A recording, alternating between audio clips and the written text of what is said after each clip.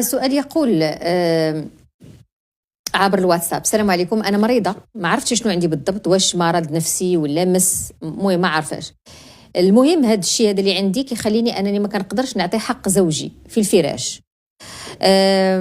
6 سنين من الزواج.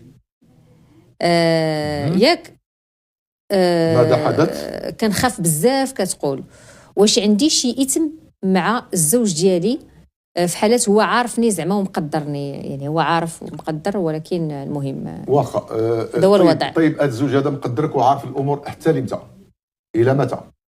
لا، لان واحد النهار غادي يفيض الكاس، ولذلك انت ماموره الان اذا كانت هذه الامور تجيك نفسيه، خصك تعطي نفسك على طبيب نفسي وتشوفي المشكل ديالك شنو هو وتعالجيه.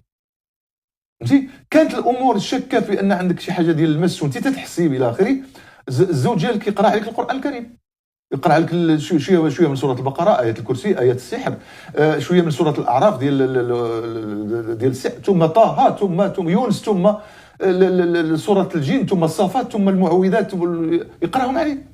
الا ما عرفتي شيء وما عرف شيء، يشوف شي حد يدير لك الرقيه، خصوصا اذا كانت امراه اخت طيبه فاضله عندها فقه ديال سميتو تدير الرقيه الشرعيه، نعم لا حرج في ذلك. نعم. ولكن باش تبقى على هذا الحال راه لا يمكن، لان الزواج معنى الزواج هو عقد يمكن فيه الزوج زوجته من نفسه وتمكن الزوجة زوجها من نفسها، فيصبح الزوجان كلاهما يحصن الآخر. فإذا لم يتحقق شرط التحصين بينهما فعن أي زوجية نتحدث؟